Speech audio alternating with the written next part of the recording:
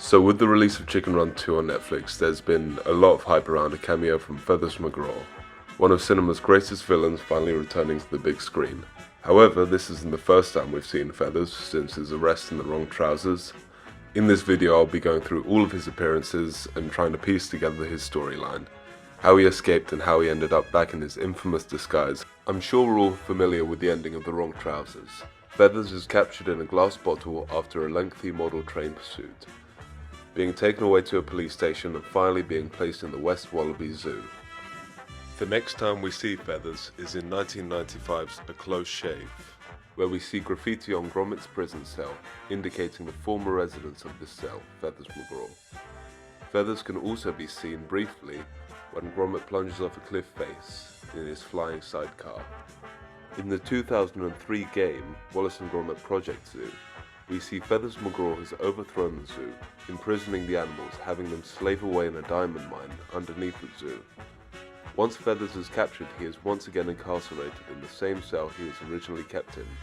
But being the criminal mastermind that he is, it isn't far-fetched to believe that he would have planned for this, designing secret underground escape tunnels from his cell, knowing that his plan was eventually going to be foiled. When Wallace and Gromit are let into the zoo, you can see Mcgraw open a folder called D-Day Battle Plan, indicating that Feathers has planned for the eventuality of his attempted capture. In Curse of the Were-Rabbit, Feathers can be found on the roof of Toddington Hall, likely taking advantage of everyone being so distracted by the commotion outside and robbing the rich estate. In Wallace and Gromit's A Matter of Love and Death, you can see that Feathers is once again missing.